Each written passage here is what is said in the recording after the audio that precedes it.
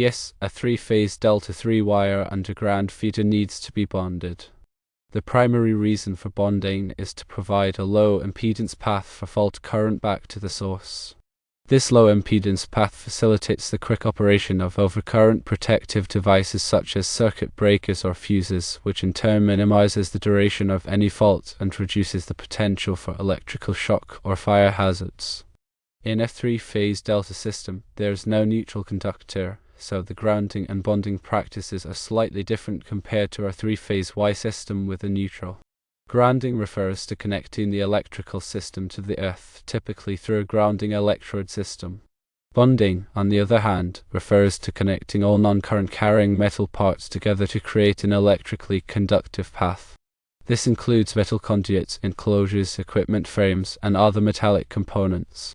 The purpose of bonding is to ensure that all these metal parts are at the same electrical potential, thereby minimizing the risk of electric shock. For an underground feeder, the metal conduit or cable armor that encloses the conductors must be bonded at both ends. This bonding is typically achieved using grounding bushings and bonding jumpers. A grounding bushing is installed on the end of the conduit, and a bonding jumper is connected from the grounding bushing to the equipment grounding busbar in the electrical panel. This creates a continuous low impedance path for fault current. The size of the bonding jumper is determined by the size of the feeder conductors, as specified in the National Electrical Code, specifically Table 250.102. The equipment grounding conductor, which is part of the feeder cable assembly or installed separately, must also be connected to the grounding electrode system. This connection is typically made at the service entrance or the separately derived system. The grounding electrode system typically consists of one or more grounding electrodes, such as ground rods, ground plates, or metal water pipes that are in direct contact with the earth for at least 10 feet. The connection to the grounding electrode system must be made with a grounding electrode conductor size according to Table 250.66 of the National Electrical Code. It is important to note that the grounding electrode conductor must be connected to the grounded conductor, if present, at the service entrance or separately derived system. In a three-phase delta system without a neutral, one phase is often intentionally grounded. This is referred to as a corner grounded delta system. In this case, the grounded phase conductor serves as the reference point for the system voltage, and the grounding electrode conductor is connected to this grounded phase. The size of the grounding electrode conductor is determined by the size of the largest ungrounded conductor, as specified in Table 250.66 of the National Electrical Code. If the three-phase delta system is ungrounded, a ground detection system may be installed to provide an alarm in the event of a ground fault. A ground detection system typically consists of ground fault indicators or a ground fault relay. These devices monitor the system for ground faults and provide an alarm or trip the circuit breaker when a ground fault is detected.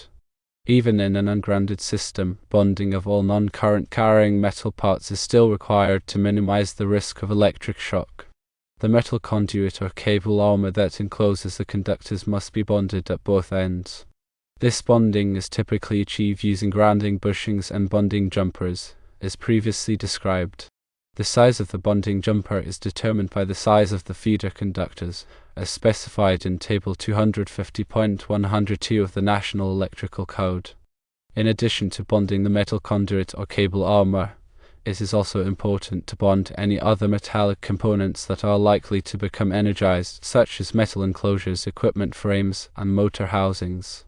These components must be bonded together to create an electrically conductive path back to the source. This bonding is typically achieved using bonding jumpers or equipment grounding conductors. The size of the bonding jumpers or equipment grounding conductors is determined by the size of the circuit conductors, as specified in Table 250.122 of the National Electrical Code. When installing an underground feeder, it is important to ensure that the conductors are protected from physical damage. This is typically achieved by installing the conductors in rigid metal conduit, intermediate metal conduit, or rigid non-metallic conduit. The conduit must be buried at the proper depth, as specified in Table 300.5 of the National Electrical Code. The depth of burial depends on the type of conduit and the voltage of the circuit. In addition to protecting the conductors from physical damage, it is also important to protect them from moisture. Underground feeders are often exposed to wet or damp conditions, so it is important to use conductors that are suitable for wet locations. Type UF cable is commonly used for underground feeders because it is designed to be resistant to moisture. When making connections to the feeder conductors, it is important to use connectors that are suitable for the type of conductor being used. For example, if the conductors are made of aluminum, it is important to use connectors that are rated for use with aluminum conductors. This is to prevent corrosion, which can occur when dissimilar metals are connected together. The connectors must also be properly tightened to ensure a good electrical connection. Loose connections can cause overheating and potentially lead to a fire. After the underground feeder has been installed, it is important to test it to ensure that it is working properly. This can be done using a multimeter or other testing equipment. The voltage and current should be measured to ensure that they are within the proper range. The insulation resistance should also be measured to ensure that there are no ground faults. If any problems are found, they should be corrected before the feeder is put into service. The National Electrical Code, or NEC, provides specific requirements for grounding and bonding electrical systems to ensure safety and proper operation. In the case of a three-phase Delta 3 wire underground feeder, understanding and adhering to these requirements is essential. Firstly, grounding is the connection of the electrical system to the earth. This is typically achieved through a grounding electrode system, which may consist of ground rods, ground plates, or metal water pipes that are in direct contact with the earth for at least 10 feet. The grounding electrode system provides a path for fault current to flow back to the source, which helps to trip over current protective devices, such as circuit breakers or fuses. Secondly, bonding is the connection of all non-current carrying metal parts together to create an electrically conductive path. This includes metal conduits, enclosures, equipment frames, and other metallic components.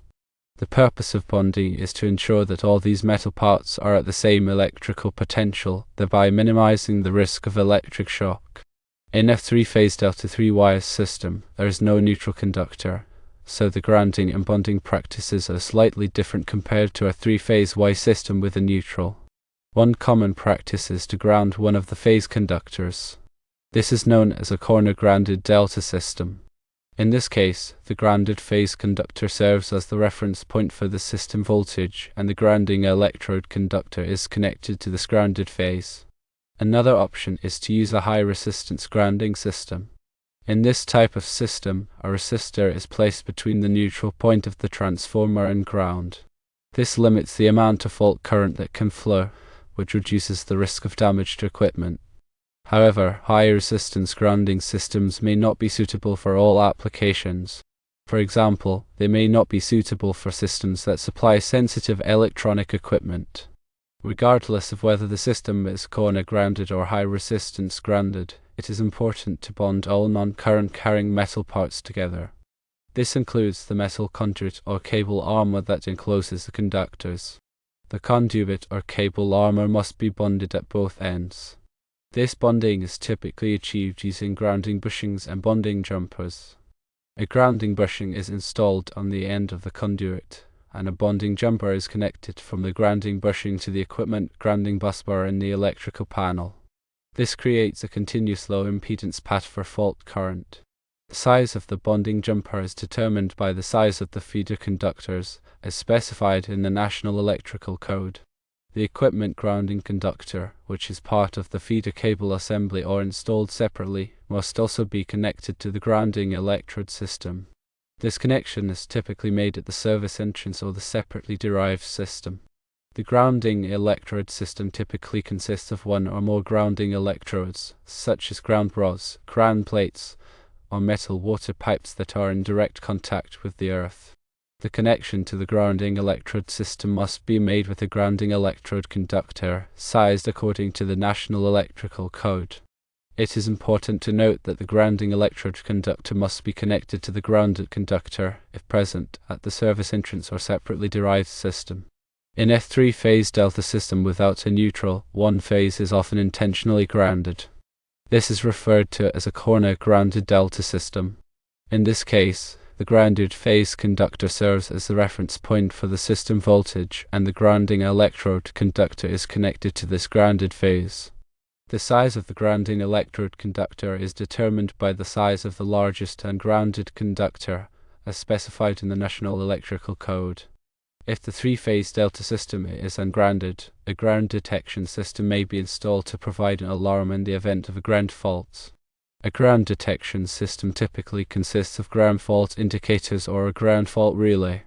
These devices monitor the system for ground faults and provide an alarm or trip the circuit breaker when a ground fault is detected. Even in an ungrounded system, bonding of all non-current carrying metal parts is still required to minimize the risk of electric shock. The metal conduit or cable armor that encloses the conductors must be bonded at both ends. This bonding is typically achieved using grounding bushings and bonding jumpers, as previously described. The size of the bonding jumper is determined by the size of the feeder conductors, as specified in the National Electrical Code. In addition to bonding the metal conduit or cable armor, it is also important to bond any other metallic components that are likely to become energized, such as metal enclosures, equipment frames, and motor housings. These components must be bonded together to create an electrically conductive path back to the source. This bonding is typically achieved using bonding jumpers or equipment grounding conductors. The size of the bonding jumpers or equipment grounding conductors is determined by the size of the circuit conductors, as specified in the National Electrical Code.